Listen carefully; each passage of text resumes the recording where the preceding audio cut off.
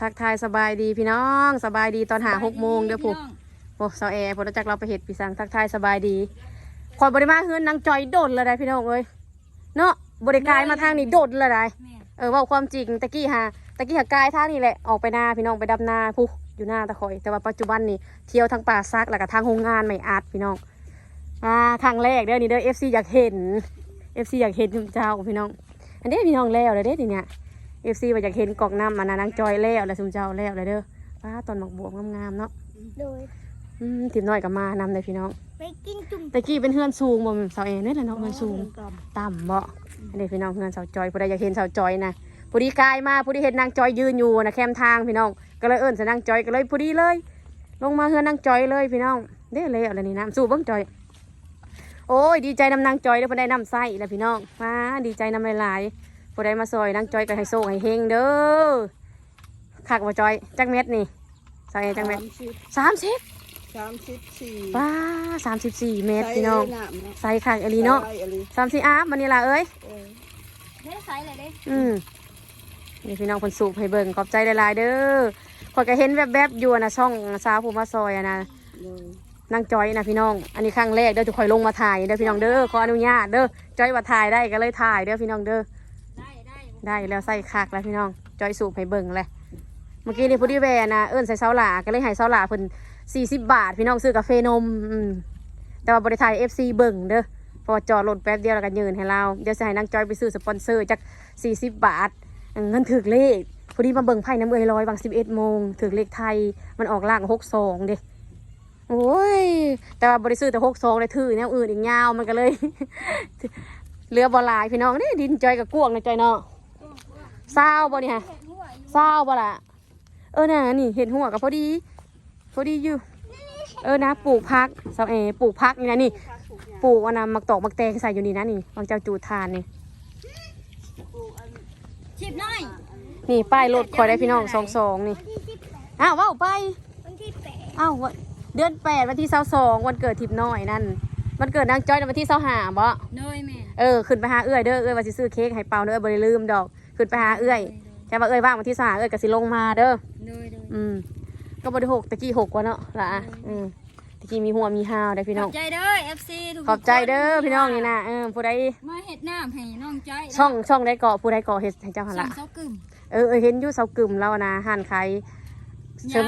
ขายยาน่ะเนาะเสริมความงามตะกี้พี่น้องขอยก็เคยไปอุดหนุนเราอยู่เด้อหั่นเสากึ่มแต่ว่าขอยบ่ได้ติดตามเราเป็นส่วนตัวเด้อขอยเห็นอยู่แวบๆเดี๋ยวมีโอกาสมินสิเข้าไปติดตามเด้อพี่น้องเด้อเด้อบรรยากาศนี่เงินนางจอยนี่เสิ่งกับน้องรวมเด้อพี่น้องนี่น้องรวมเสิ่งกับน้ำอยู่เย็นเป็นสุขอยู่ดอกเนาะเสิ่งกับน้ำเนาะผู้เฒ่าผู้แก่มันว่าเฮือนเสิ่งน้ำมีน้ำทั้งหนานะอุดมสมบูรณ์นะพี่น้องได้ทางลงเฮือนน่ะนี่ทางลงเฮือนนางจอยนี่เรามีแมวนะอันนี้แมวเราบักไก่ลายลูกแมวสาวจอยบักไก่ลายเห็ดยังกินแรงเอาของแกงหน่อไม้แกงหน่อไม้วันนี้ไปขุดอีบอจิรอนะขุดขายให้ผู้ใดแล้วไปซื้อพอดีเรามาบ่ส่งเสากึ่มเด้อพี่น้องเด้อเสากึ่มไผ่คนเซโนลูกแม่เคยไปซื้อยานะบำรุงผิวซอยเราอยู่ตะกี้เราเปิดห้านะแต่ว่าเคยบอกหัวเราเรียนเห็ดซอง YouTube ต้นแม่ไปซื้อหายังไม่ได้เกิดพวกแม่ไปดูโอ้ยังพันเกิดง่ายแล้วลูกตะกี้เป็นทางไปนาเลยพี่น้องนี่ทางไปนาตะข่อยตะกี้พากันยางพาเฮือนนางจอยนี่แหละไปบ่น่าจะมีบ่นะมึงมีไฟดำละมีแต่บาแดงโต้แล้วก็หยอดเอามึงมีไฟดำเนาะไฟสีดุเนาะลูกกะกับมัด2 มัด5,000ค่าจ้างกับมื้อละ150,000พวกไหวบ่อันนั้นแหละบ่อยู่มื้อละ150,000 200,000พวกสิพากันไปกินแจ่วจีนมื้อนี้โอ้ยจะว่าสิเข้าไปไซโนสิไปแวะนางจอกแน่เดี๋ยวเราไปกินแกงหน่อไม้อยู่พุ่น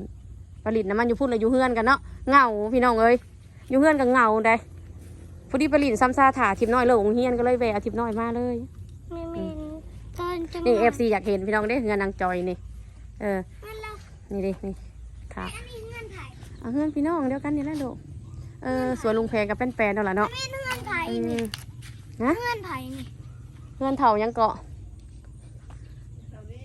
เถานี่แม่ก็ลืมสื่อละลืมสื่อพี่น้องเลยตะกี้นางจอยกันน้อย3 น้ำทิพย์นี่เนาะจอยเนาะตะกี้พี่น้อง3 น้ำทิพย์นี่เลยวันนี้ใหญ่แล้วพี่น้องเอ้ยใหญ่แล้วก็หักตัวเองแพงตัวเองเลยบอกหันเจ้ากะแม่บอกกับฟังได้แม่ก็มีแต่เจ้าผู้เดียวยังแม่ผู้เดียวได้ ซ้ำสิอาบซ้ำสิซักเครื่องมันนี่ล่ะเอ้ยซ้ำสิทูกระต้นกระโตนะบ่แม่นสิได้น้ำซ่าได้ ว่าน้ำเด้ออย่าเฮ็ดอันนั้นได้บ่มีไฟบ่จ่อย ยังใส่ ใส่แฟงโซลาร์เซลล์พอได้ใส่อยู่บ่แหละนี่พี่น้องนี่แค่ว่าเสาแอร์เรามีเงินเราดึงตัวนี้ก็ได้เนาะเสาแอร์เนาะคอเขาแล้วก็ต่อลงมานี่2สายในนี่พี่น้องเพิ่นสิดึงลงมาหายอยู่เพิ่นเว้าแล้วบ่เพิ่นสิซอยบ่มีผู้ซอยเพิ่นเด้อพี่น้องเด้อแม่จอยมีโทรศัพท์สาวจอยโอ้ยสาวจอยเราบ่ได้ใส่โทรศัพท์ได้ได้ยินข่าวเพิ่นสิดึงลงมาเลยเด้อพี่น้องเด้อได้ไฟได้น้ำแล้วก็สบายแล้วบัดนี้เนาะพี่น้องสับสิใต้แพงโซล่าเซลล์บางเถื่อใส่กับบ่พอเด้เนาะบางเถื่อกับมันตัดมันยังไปแล้วอยู่ในเฮือนทั้งหลังคาไปเลยพี่น้องสาวจอยเพิ่นว่าได้ยังไงมกหน่อไม้กินพี่น้องบัดจิหล่อไปขายจอยกับบ่ตะกี้มีงัวบ่จอยมีบ่ซอยแอนตะกี้ไปเอาข่อยง่ายข่อยมีงัวไปกาตักแตนมาขายได้ไหมล่ะห่านมีไฟโคมโอ้ยเดี๋ยวก็ถือเลขหน่อยพวกกับถือลายก็สิให้ไปซื้อไฟโคมซะ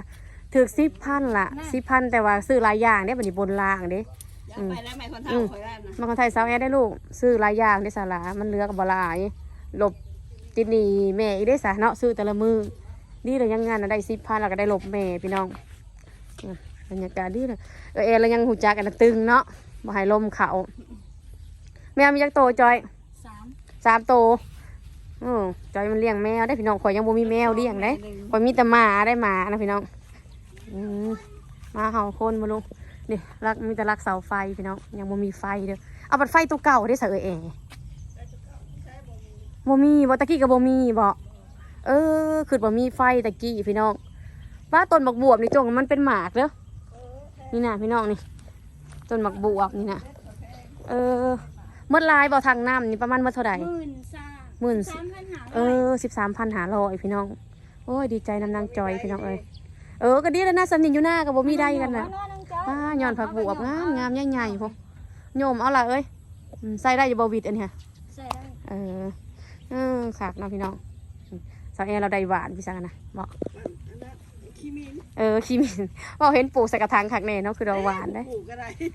ใจปลูกตะกี้ข่อยกับกายมันตลอดพี่น้องเดี๋ยวนี้เราบริข่อยลงมาเพราะว่าทางไปหน้าข่อยเดี๋ยวนี้ค่ะเขาเห็นทางคอนกรีตอะไรทางคอนกรีตหน้านางจอยแห่งขักเนาะทางคอนกรีตเลยพี่น้องหน้าข่อยยังว่าทางคอนกรีตแล้วก็ทางแดงโอ้แมวคนกับตัวบักใหญ่พี่น้องแมวน้อยแมวใหญ่เต็มอยู่อยู่2 คนเราก็ได้อยู่พี่น้องเนาะจอยถือเลขนะแม่เนาะเห็นทรงโมเดิร์นห้องเนาะห้องหนึ่งเนาะพอได้อยู่พี่น้องแม่ก็ว่าอยู่ข่อยสิส่งมาเลย2 คนเลยนี่พี่น้องเด้นี่นางจอยอยู่นี่ดินางจอยอยู่พี่น้องจอยอันนั้นผู้คนมาซอยเพิ่นเคยเข้าไปป่ะเคยป่ะนี่พี่น้องนี่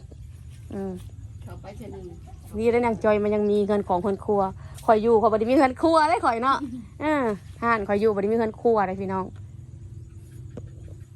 คือกับป้าลูกแก้วมาเฮ็ดให้บ่มีระบบตีระบบมีไผพี่น้อง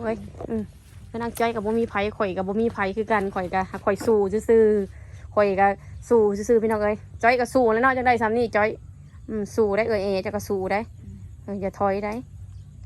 จอยมันก็มีเจ้าผู้เดียวได้ไฟพี่น้องไฟโซลาร์เซลล์นี่เอากินน้ำยังจอยกินน้ำต้มบ่ดีแล้วนะน้ำสะอาดเฮายังสู่น้ำต้มบ่ได้พี่น้องดีเรากินน้ำต้มนี่น้ำต้มจอยมียังจอยอยู่ในบ่มียังบ่มียังบ่ละมาพี่น้องกระเทินข่อยมาแล้วข่อยสิถ่ายให้ FC เบิ่งซะเด้อได้สำนีแล้วนี่พี่น้องถ่ายทั้งน้องให้เบิ่งเด้อนี่วางจอยอยู่นี่นะเฮือนครัวแล้วก็ดังคือบ้านให้เราพี่น้องให้สบายแบบนี้เนาะบ่ได้เปลืองถ่านบ่ได้เปลืองค่าฟืนค่าไฟดังฟืน